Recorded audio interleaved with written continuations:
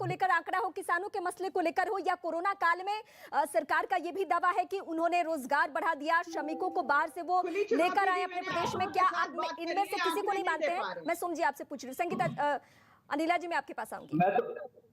मैं तो बिल्कुल कहता हूं, अगर इन दावों, इनके जो इन्होंने जो दावे किए हैं उसमें सच्चाई है तो मेरठ, मुजफ्फरनगर, पश्चिम उत्तर प्रदेश के गांव में आइए, किसान वहां पे, नौजवान, सब मजदूर किसान की बहुत बात हो रही है। अनिला जी मैं आपके पास आऊंगी। किसान की बहुत बात हो रही है तो पुष्पेंद्र चौधरी किसान नेता इस वक्त मेरे साथ जुड़ चुके हैं। पुष्पेंद्र जी, जमीनी हकीकत क्या है? सरकार एक तरफ ये दावा कर रही है कि हमने किसानों के लिए बेहतर काम किए हैं, बसपा और समाजवादी पार्टी से कंपेयर करते हुए, तुलना करते हुए, उनकी सरकारों में गन्ना का भुगतान कितना हुआ है, उनकी सरकारों में अनाज खरीद कितना हुआ है और मौजूदा गवर्नमेंट में कितना हुआ, ये सब कुछ आंकड़ों के जरिए दिया गया है। तो आप लोग क्या संतुष्ट हैं या किसान नेता के मन में आज भी कोई सवाल है? देखिए, जहां तक गन्ने का सवाल है, पिछली 3 सरकारों का जो आंकड़ा है वो ये है कि गन्ना का मूल्य जो है वो सबसे ज्यादा 90% मायावती सरकार में 2007 और 12 के बीच में बढ़ा था। उसके बाद लगभग 23-24% समाजवादी पार्टी की सरकार में बढ़ा था और उसके बाद इन्होंने जो बढ़ाया है वो मात्र 11% बढ़ाया है। ये बात जरूर ठीक है कि गन्ने का जो है जो भुगतान हुआ है वो 1.5 लाख करोड़ रुपए के आसपास इन 5 साल का हुआ है, ये भी एक तथ्यात्मक बात है। और पिछली सरकार में, जैसे समाजवादी सरकार में 7-8 लाख टन की खरीद होती थी गेहूं की या धान की, उससे भी कम होती थी, वो इन्होंने 55-56 लाख टन पे ले गए, ये भी बात बिल्कुल ठीक है। लेकिन इनके जमाने में आवारा पशुओं की समस्या भी बनी हुई है और महंगी बिजली है, महंगा तेल है, ये सारी चीजें हैं।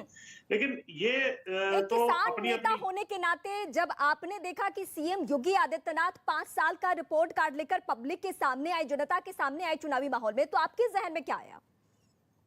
नहीं, आना चाहिए इनको भाई, जो भी चुनी हुई सरकारें हैं, क्योंकि वो हमारे सेवक हैं एक तरीके से, वो आए, उन्होंने अपनी बात रखी। हालांकि मैं वो प्रेस कॉन्फ्रेंस सुन नहीं पाया क्योंकि मैं किसी और चैनल पे लाइव था। हाँ। तो लेकिन ठीक है, अच्छी बात है। मैं 2 बड़ी बातें आपको बता देती हूँ। अनिला जी मेरे साथ हैं तो आप सवाल उनसे पूछ भी सकते हैं या आपके जहन में कोई बातें हैं जिसका मैं जिक्र पहले भी कर रही थी। आज की जो रिपोर्ट कार्ड है योगी गवर्नमेंट की, उनमें ये इन बातों का जिक्र है कि अनाज खरीद में वो सपा बसपा से आगे हैं। आंकड़े भी हम अपने ग्राफिक्स के जरिए अपने दर्शकों को बता रहे हैं। इसके अलावा गन्ना को लेकर जो मैं आपको बातें बता रही थी उसमें भी सरकार आगे है। अब आपके जहन में कोई सवाल?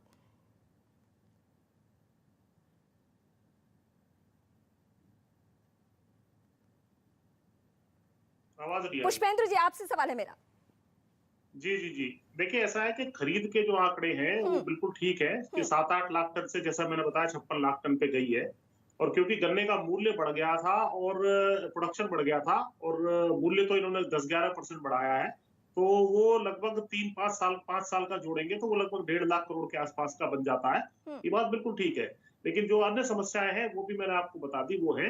लेकिन देखिए, इसमें पॉलिटिकल समस्या है। इनको हम घेरने का जो काम कर रहे थे किसान आंदोलन के माध्यम से, उस तरीके से जो हवा और माहौल हम लोगों ने तैयार किया था, वो गठबंधन उसको मेंटेन नहीं कर पा रहा है। मेन शिकायत अब हमारी ये है। अब ये तो जो भी चीजें लाएंगे, तो ये शिकायत किससे, खुल के नाम लीजिए, क्योंकि सारी पार्टियों के नेता तकरीबन है हमारे साथ, तो आप यहाँ पे बता सकते हैं।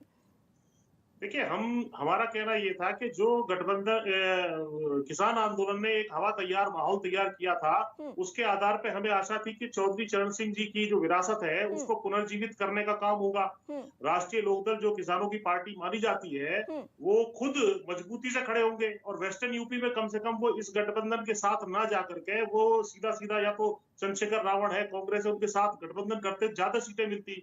इसमें इन्होंने जो है लगभग 32 सीटें दी हैं, 1/3 अपने कैंडिडेट दे दिए, कुछ धन्ना से थैली शाहों को टिकट दे दिए और इनके कार्यकर्ता जो है नाराज होकर के घूम रहे हैं। इसके अलावा जो गठबंधन किया गया है, उनसे गठबंधन किया है जो इनके खुद के पिताजी चौधरी अजीत सिंह जी का राजनीतिक करियर जिन्होंने समाप्त किया, जो मुख्य रूप से जाट इनके समर्थक है, जाट आरक्षण के जो खिलाफ है, उनके साथ इन्होंने गठबंधन कर लिया। हरित प्रदेश जो चौधरी चरण सिंह जी का और जो है चौधरी अजीत सिंह जी का सपना था, उसकी खिलाफत ये जो करते रहे हैं, उनके साथ इन्होंने गठबंधन कर लिया।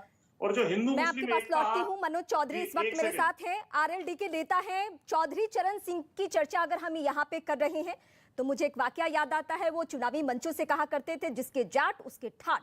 और उसी पश्चिमी उत्तर प्रदेश की ये लड़ाई इतनी अब आगे बढ़ चुकी है कि आपने समाजवादी पार्टी से हाथ मिला लिया। लेकिन किसान नेता जो कि इस वक्त हमारे डिबेट में है, वो सवाल उठा रहे हैं कि आपका ये गठबंधन सही नहीं है। जो आवाज उठा रहे, मैं उनकी आवाज समझ नहीं पाया। कौन सज्जन थे जो आवाज उठा नहीं पा रहे थे? मुझे आवाज साफ नहीं आ रही थी। पुष्पेंद्र चौधरी ये अभी किसान जो- नेता हैं जिनको आप इस वक्त सुन रहे थे और अभी भी आपके साथ हैं। अच्छा। अब हम आप दोनों अच्छा, से डिबेट अच्छा, करेंगे इस वक्त। जी जी हमारे भाई हैं, पुष्पेंद्र भाई पुराने साथी हैं हमारे। हाँ। चौधरी चरण सिंह वादी है। लेकिन ये मेरे भाई एक बात बताना भूल गए। अभी 2 दिन पहले जो हरियाणा में कैलेंडर लॉन्च हुआ था चौधरी चरण सिंह से उसमें यूनिवर्सिटी में, वहां यही भाजपा थी के कैलेंडर से उनका फोटो हटा दिया। तब पुष्पेंद्र भाई ने कुछ नहीं कहा। और जहां तक बात है गठबंधन की कि हम लोग गठबंधन किसके साथ में करेंगे किसके साथ में नहीं, तो समाजवादी पार्टी भी चौधरी चरण सिंह जी की बनाई हुई जो वृक्षवट है उसकी ही शाखा है। हम लोगों ने जो तय किया है वो तय किया है कि भाजपा को उत्तर प्रदेश से उखाड़ फेंकना है। उसके लिए गठबंधन जरूरी है। दोनों नेताओं की एक सोच है। अब ये जो लड़ाई क्या है, किसान नेता की आप वो नहीं सुनेंगे? लुटेरों किसान नेता की- की नाराजगी यहाँ खुलकर सामने आ चुकी है। किसान नेता का कहना ये है, पुष्पेंद्र जी का देखिए, कहना आप ये यदि है नहीं बोलने कि देते, मैं आप ही से आप सवाल यदि पूछ रही हूँ, पूरी बात नहीं बोलने समाजवादी देते के साथ भी हैं, तो हम नाराजगी है और लोगों को बीजेपी आप के लोग साथ भी नाराजगी है। तो क्या देखिए, आप उस आप नेता लोग- की बात नहीं सुनेंगे?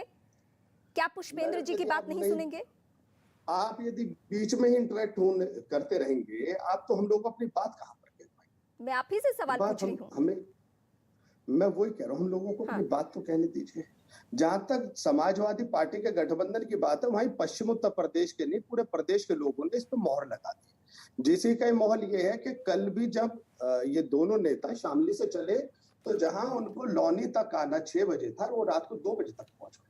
वो जूम रोड पर है, इस गठबंधन को समर्थन दे रहे हैं। जहां तक आए, हमें बात करनी चाहिए कि किसानों की हालत भाजपा में क्या सुधरी है या खराब हुई है। उनकी तो ये 2022 तक आय दुगनी कर रहे थे। सुशील भाई भी बैठे हुए सामने। दुगनी हो गई क्या? गन्ने का मूल्य मुझे तो पता नहीं कि कहीं मिला हो। पश्चिम के लोगों के गन्ना मंत्री का यदि मूल्य मिल गया हो, मुझे तो पता नहीं चला कि किसी किसान को यदि आय दुगनी हो। आपके नेता किसी को गन्ने अजीत का जी ने मूल्य क्या मिल कहा गई था हो, वो भी मैं दर्शकों के सामने MSP याद पे- दिला देती हूँ। मुजफ्फरनगर दंगे के वक्त उन्होंने समाजवादी पार्टी पर सवाल उठाया था। अगर आप आज उनके साथ हैं तो वही सवाल पुष्पेंद्र जी भी उठा रहे हैं। पुष्पेंद्र जी, आप बेहतर तरीके से उस वाकये की चर्चा कर सकते हैं यहाँ पे। पुष्पेंद्र जी, देखिए, चौधरी साहब ने ये कहा था, अरे सुन लीजिए, अब रुकिए, हाँ। इनका रुकिए जरा। हाँ। चौधरी साहब ने ये कहा था कि जिस गाड़ी पर लगा हो सपा का झंडा उस गाड़ी में बैठा गुंडा। आज आप अपने पिताजी की बात ना मान के वहीं बैठ गए जाकर के। दूसरा, पॉलिटिकल रिप्रेजेंटेशन की जहां तक बात है, अरे भाई, बार बार इनसे जब सवाल पूछा जा रहा है कि आप उप मुख्यमंत्री जयंत चौधरी को क्यों नहीं बनाएंगे, क्यों घोषित नहीं करते हैं, तो ये घोषित नहीं कर रहे हैं। इसी तरीके से जो मुस्लिम भाई है हमारे, क्या वो केवल यहाँ गठबंधन में दरी बिछाने के लिए, वोट देने के लिए है? मतलब आप जो है उनको भी, एक मुस्लिम भाई को भी किसी को उप मुख्यमंत्री क्यों घोषित नहीं करते हैं? वेस्टर्न यूपी में गन्ने का आपने क्यों घोषित नहीं किया? 400 रुपए का रेट इसी सीजन से मिलेगा, मार्च में हमारी जब सरकार आ जाएगी। आलू पे MSP लागू करेंगे 15 रुपए की कम से कम। हाईकोर्ट की बेंच वेस्टर्न यूपी में देंगे। अरे वेस्टर्न यूपी को आज से ही आप काटना शुरू कर देंगे। आपका गठबंधन जो है जिस प्रकार से हो रहा है और चल रहा है वो दिखाई दे रहा है हमें। सारी सीटें जो जहां जिस पर जाट लड़ते थे वो इन्होंने ले ली या अपने कैंडिडेट भेज दिए, यानी अपने अंडे आपके घोंसले में रख दिए। जब वो विधायक बनेंगे फिर उड़ जाएंगे। तो ये जो है कहीं सरेंडर आप हो गए हो, ये भावना जा रही है नीचे। आपने सरेंडर होकर के झुक के गठबंधन किया। बराबरी का गठबंधन ये नहीं है। आप इससे ज्यादा दुगनी सीट तो आप जब जीत जाते हैं जब जो है आप अन्य लोगों के साथ, कांग्रेस और रावण जो चंद्रशेखर रावण, उनके साथ गठबंधन कर लेते। तो ये रोष है हमारा। हम तो बीजेपी के खिलाफ हैं। इस डिबेट के जरिए अभी जो एक तस्वीर साफ हो रही है, अनिला जी, ये आपको फायदा पहुंच रहा है। मुझे जहां तक लग रहा है कि आप जो ये डिबेट सुन रही है, जिसमें पुष्पेंद्र जी हैं और जिसमें मनोज जी हैं, और ये गठबंधन को ही अब बेमेल माना जा रहा है। तो चुनावी माहौल में तो पश्चिमी उत्तर प्रदेश में आपके लिए रहे आसान